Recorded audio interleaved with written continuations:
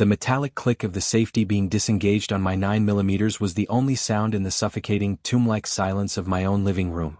I sat in my favorite leather recliner, the one Irene had surprised me with for our 35th birthday, whispering about how I deserved a throne after long days in the courtroom.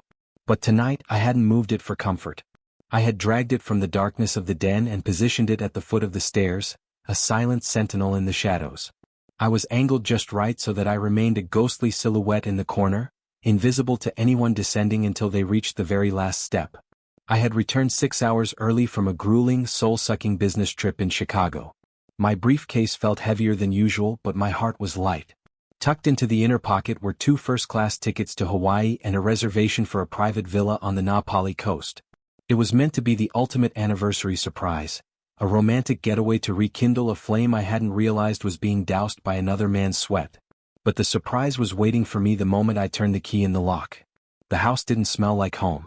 It didn't smell of the lavender candles Irene loved or the slow cooker meal she usually prepared for my return. It smelled of expensive, musky cologne, something aggressive and arrogant, and the thick, metallic scent of frantic, unbridled lust. As I stepped into the foyer, my eyes fell on the wreckage. A trail of debris from a moral shipwreck. A man's silk tie, charcoal gray, discarded by the coat rack.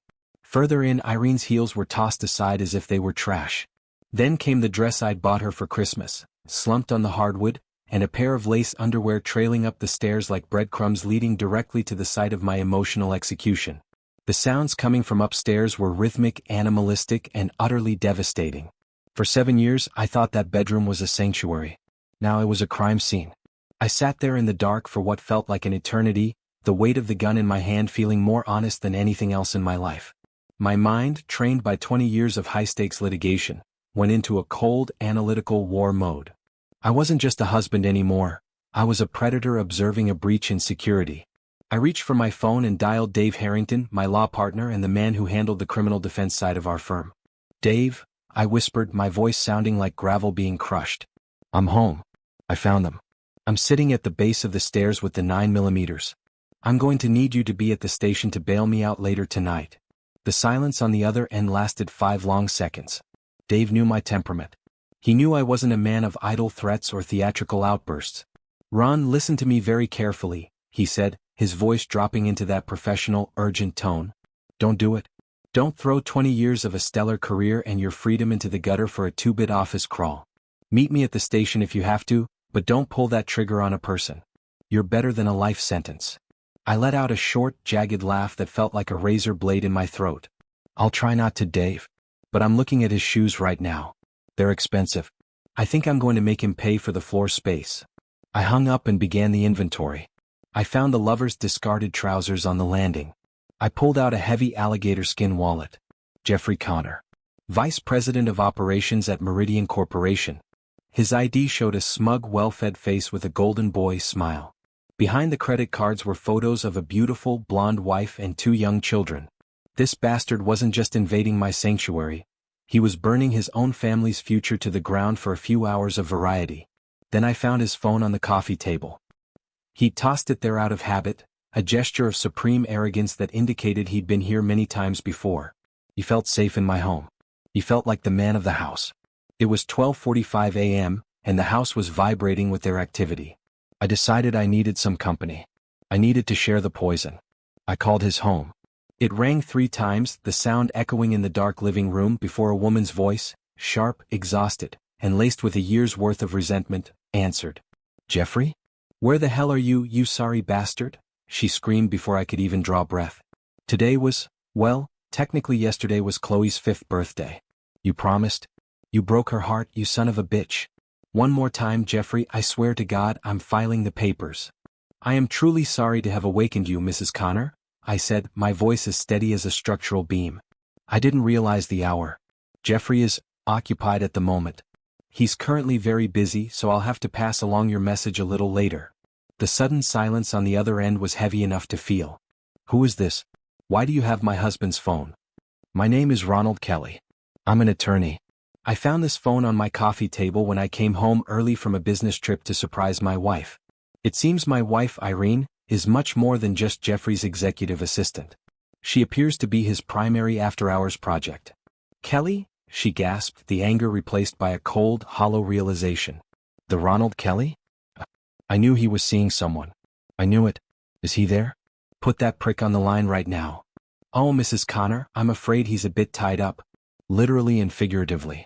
You see, he'll be a bit preoccupied for the next few hours once the ER doctors finish digging the 9mm rounds out of his backside. I'm sitting at the bottom of my stairs, waiting for them to finish their third round of the night so I can show him exactly what happens to thieves who sleep in my bed. What are you talking about? She whispered, the horror setting in. They're upstairs right now, Sarah. I'm listening to them.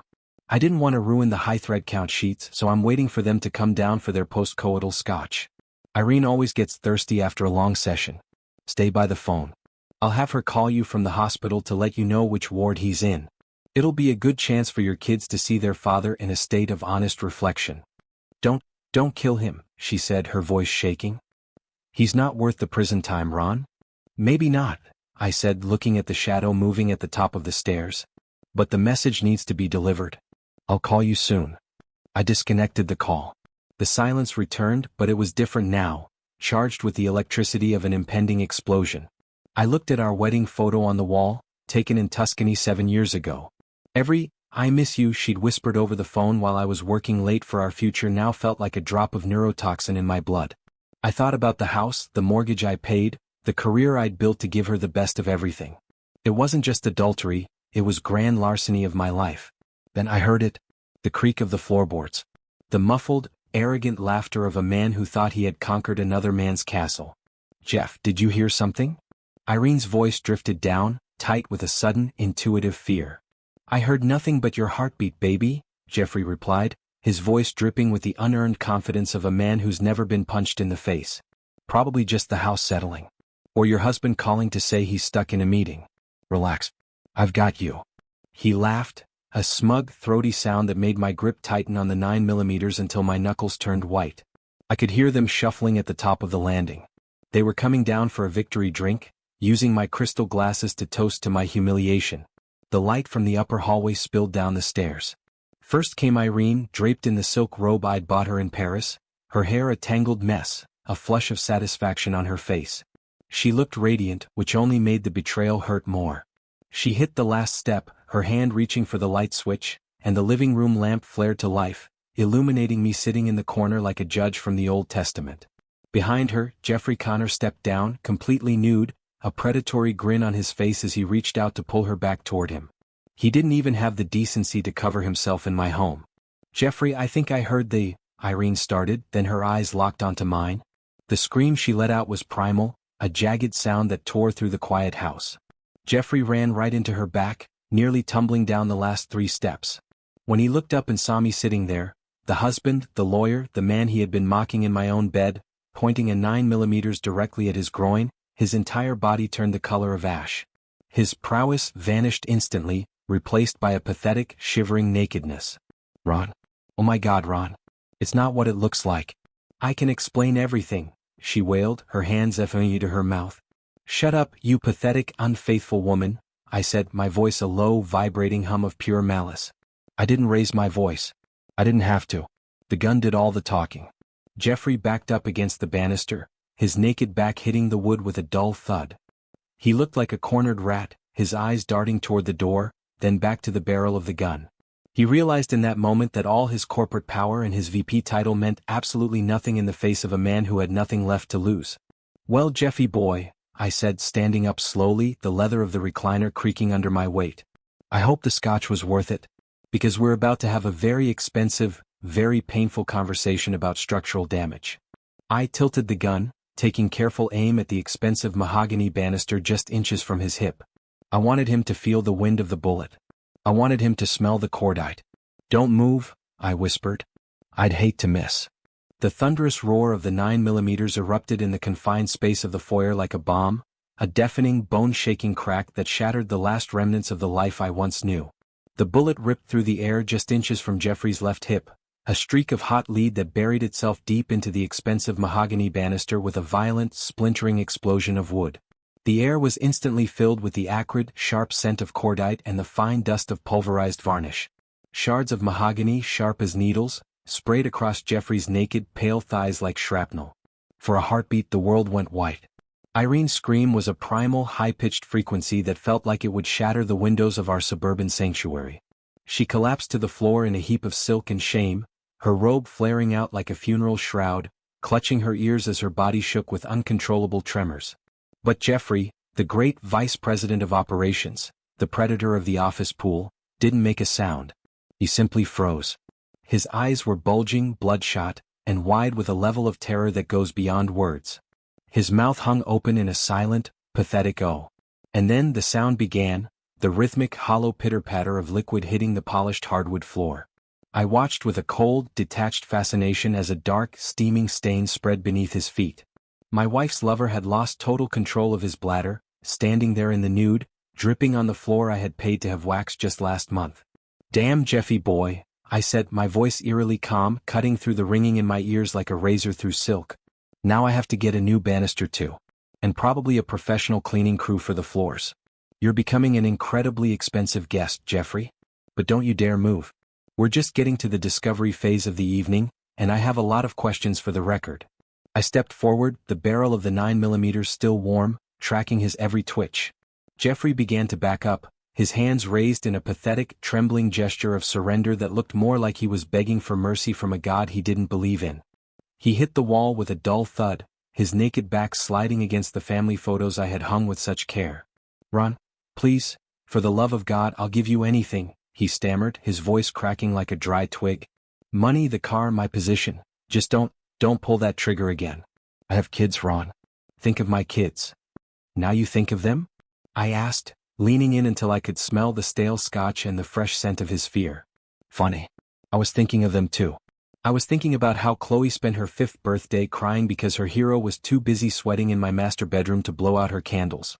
I was thinking about your wife, Sarah, who is currently sitting in her kitchen wondering why her life just turned into a crime scene."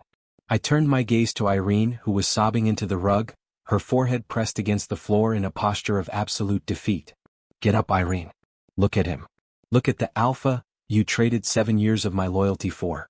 Look at him shivering, naked and leaking on our floor. Is this the thrill you were looking for? Is this the man who made you feel seen while I was out winning cases to pay for your $4,000 a month lifestyle? Ron, stop it, please. I'm so sorry," she gasped, her voice thick with snot and tears. "You're sorry you got caught, Irene? You weren't sorry 3 hours ago. You weren't sorry when you let him through my front door. You weren't sorry when you lay in my bed on my sheets and let him mock the life I built for you." I turned back to Jeffrey, pressing the barrel of the gun just under his chin. The cold metal made him gasp. 6 months, Jeff? That's what she confessed. 6 months of you playing man of the house, every time I had a deposition in Chicago or a closing in Denver. Did you think I was too buried in my briefs to notice, or were you just so high on your own supply that you thought you were untouchable? Jeffrey's jaw was locked, his teeth chattering so loud I could hear them clicking. He realized then that his VP title, his stock options, and his smug charm were worth absolutely nothing in the face of a man who had just seen his soul ripped out. And no protection? Really, Jeffy boy? My voice rose, a rare flash of white-hot heat breaking through the ice. You've been sleeping with half the administrative pool at Meridian? Oh, don't look surprised, I've had Paul digging into your operations for hours, and you didn't think about the health of the woman you claim to care about? Come on. You're not just an adulterer, Jeffrey. You're a biological hazard. A walking, talking breach of contract. I reached into the pocket of my slacks and pulled out his phone, the one he had so arrogantly tossed on the coffee table as if he lived here. I dropped it into the puddle at his feet. Pick it up, Jeff. Call Sarah. I already gave her the headlines, but I think she'd like a live report. Tell her how the late-night meeting is going. Tell her you missed the birthday cake because you were busy being a parasite. Tell her, before the police and the ambulance arrive. His hands were shaking so violently he dropped the phone twice into the liquid before he could grip it. I can't, she'll kill me, he whispered. The law is going to do that for her, Jeff. I'm just providing the evidence. While he fumbled with the touchscreen, I dialed 911 on my own phone. My voice was professional, clipped, and terrifyingly steady, the same tone I used when I was dismantling a witness on the stand. This is Ronald Kelly at 14 Maple Drive. I've just discharged a firearm in my residence during a domestic disturbance involving an intruder. No one is hit, but there is a medical emergency. The intruder appears to have lost all motor control and is in shock. Send the police and an ambulance. I am placing my weapon on the coffee table and stepping away. I am an officer of the court. Do not come in with guns blazing. I placed the 9mm down on the glass table, but I didn't move an inch. I stood there, a towering shadow in my own home, watching the two of them.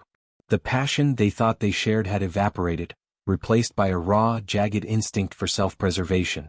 Irene looked at Jeffrey, and for the first time she saw him clearly, not as a powerful executive, but as a naked, trembling loser who had ruined her life to save his own skin. "You told Sarah?" Irene asked, her voice hollow, her eyes vacant. "I told everyone who matters, Irene. By 8 a.m. tomorrow, the board of directors at Meridian will have a complete dossier on Jeffrey's performance.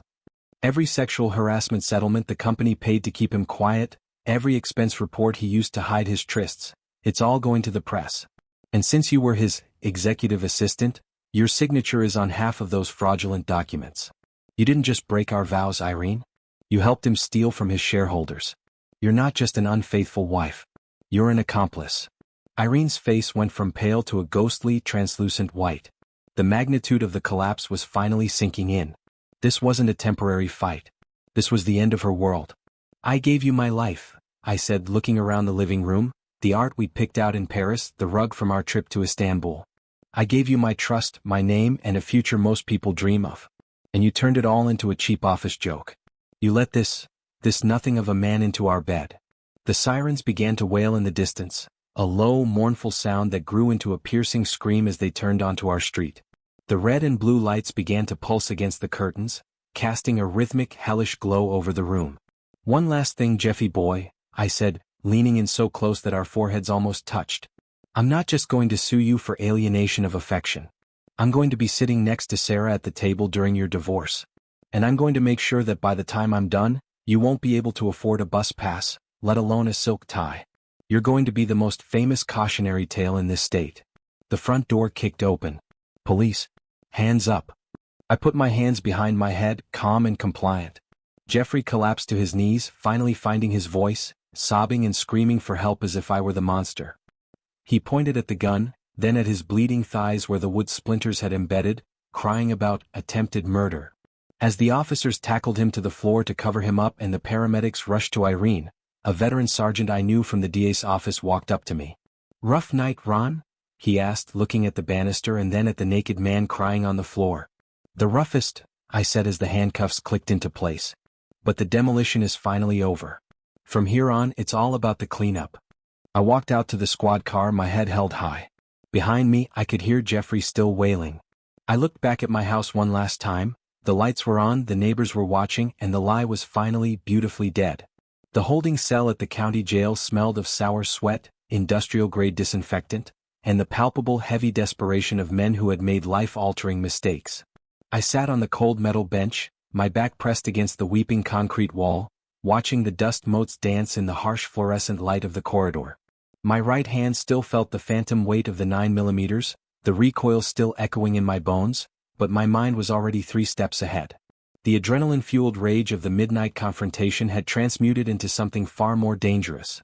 A cold, surgical blueprint for a scorched-earth campaign. "Kelly!" a guard shouted, the metal-on-metal clang of his baton against the bars echoing through the block. "Your attorney is here. Bail's been processed. You're free to go, for now.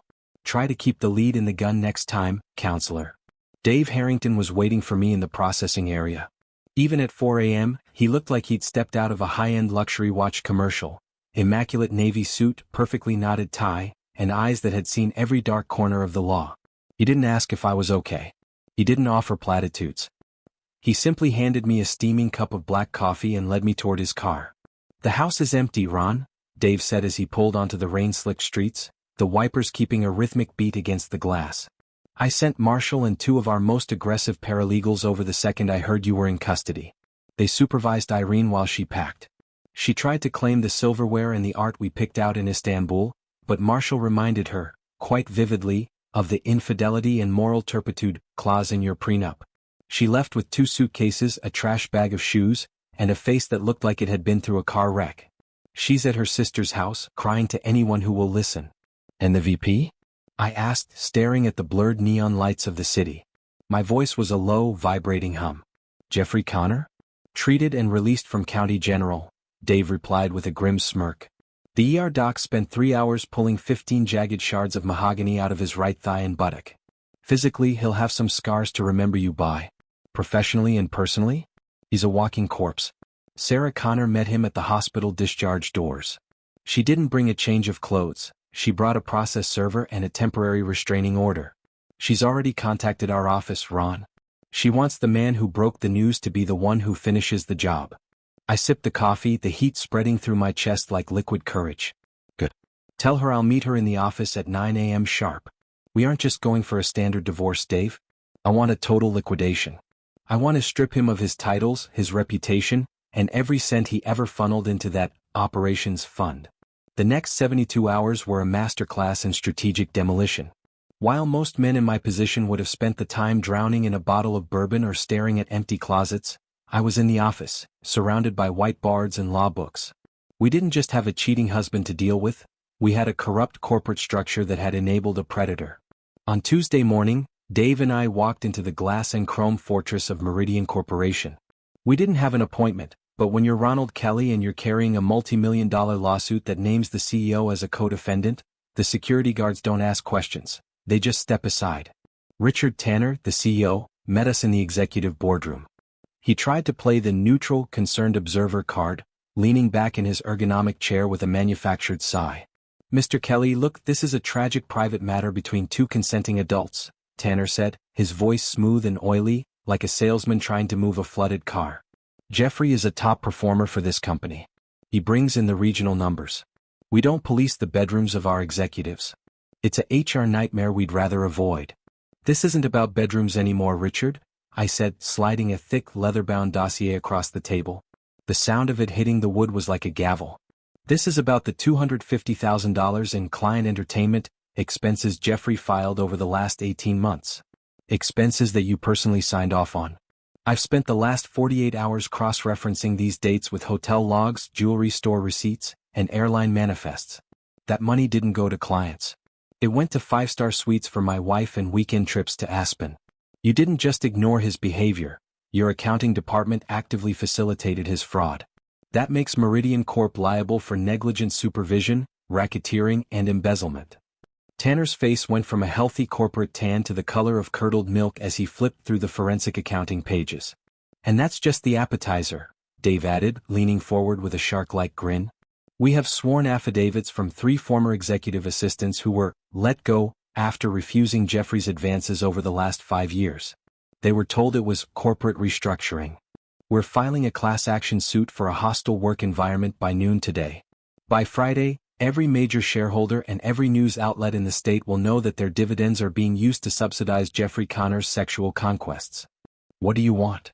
Tanner whispered, the corporate bravado completely shattered.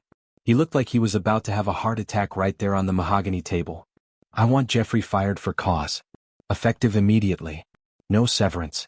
No stock options. No consulting fees to hush him up, I stated, each word landing like a blow. I want a formal written admission of corporate negligence to be used in Sarah's divorce proceedings. And I want a 7-figure settlement to be placed in an escrow account for the women he victimized, including my wife, whose employment you used as a convenient cover for this filth. You have 4 hours before I hit send on the press release. By 5 p.m. that afternoon, Jeffrey Connor was escorted out of the building by 2 burly security guards, carrying his entire professional life in a single soggy cardboard box. The golden boy of Meridian was now unemployed, uninsurable, and a social pariah. The legal battle with Irene was shorter but no less brutal. We met in a sterile deposition room on Friday. Sandra Lowell, her attorney, tried to plead for emotional distress and years of service as a supportive spouse. I sat across from them, my expression as unreadable as a stone wall. Sandra, I said, cutting her off mid-sentence. I have 7 years of bank statements showing I provided a life that 99% of the world dreams of. I have a 911 recording of your client screaming while her lover bled on the floor of the house I paid for. And I have the Hawaii tickets in my pocket that were meant to be an anniversary gift for the woman I thought I knew. We can spend the next 3 years in court, or Irene can sign this waiver, take her personal clothes, and disappear before I decide to turn over the evidence of her role in the Meridian expense fraud to the district attorney. She wasn't just a mistress, she was an accomplice to embezzlement. Irene looked at me, her eyes red-rimmed and hollow, hoping to find a spark of the man who used to hold her every night and tell her she was his world. She found nothing but a cold mirror reflecting her own betrayal. She signed the papers in less than 10 minutes, her hand shaking so hard the signature was barely legible. 3 years later, the Pacific sun was setting over the Na Pali coast, painting the sky in shades of bruised purple and violent gold. I stood on the expansive lanai of my beachfront villa, the same one I'd nearly surprised Irene with all those years ago. I had kept the dream, but I'd changed the cast. The air was salt-thick and warm, a far cry from the cold, metallic scent of the house on Maple Drive. My phone buzzed on the teak table. It was a message from Sarah Mitchell. She'd reclaimed her maiden name and her dignity. Just finished the closing on the new house in the valley. The kids are finally settled. Chloe says hi, Uncle Ron. We're celebrating her 8th birthday tonight with a massive cake. No one missed this one. Thank you for giving us our lives back. I smiled, a genuine hard-won feeling of peace washing over me. Sarah had become a powerhouse in her own right. After the divorce, where I helped her secure 80% of Jeffrey's assets and his entire future pension, she went back to school and passed the bar. She was now the lead advocate for workplace ethics in the capital, turning her personal trauma into a legal shield for others. Jeffrey, on the other hand, had become a ghost story told in the dive bars of the city. He'd burned through his remaining cash on desperate legal appeals and a string of failed businesses. Last I heard, he was living in a cramped studio apartment 2 states away, working a commission-only job at a struggling used car lot. His VP charm hadn't helped him when the bank accounts were frozen and the high society doors were slammed in his face. And Irene? She disappeared into the anonymity of the West Coast. She sent a letter about 6 months ago, a long, rambling apology filled with talk of midlife crises, regretting the madness, and hoping for a second chance to talk. I didn't even finish the second page. I dropped it into the industrial shredder in my home office. Some structures are so fundamentally rotten that they aren't worth the cost of a renovation. You just clear the site and start again. I picked up my glass of 20-year-old Glenlivet, the good stuff, the stuff Jeffrey used to think he could help himself to, and toasted the darkening horizon. I hadn't wanted to be the man sitting in a recliner with a 9mm at 1 a.m. I hadn't wanted to be the architect of a corporate execution. As the Hawaiian stars began to pierce the velvet dark, I realized that the destruction of that night wasn't an end. It was a clearing of the ground. I had built a new life, not on the shifting, treacherous sands of office thrills and expensive lies, but on the bedrock of cold, hard, unyielding truth. And as any master contractor will tell you, the foundation is the only thing that matters when the storm finally hits. I took a long, slow sip of the scotch, felt the familiar burn in my throat, and finally, for the first time in a very long time, I turned off the lights and slept in total, undisturbed peace.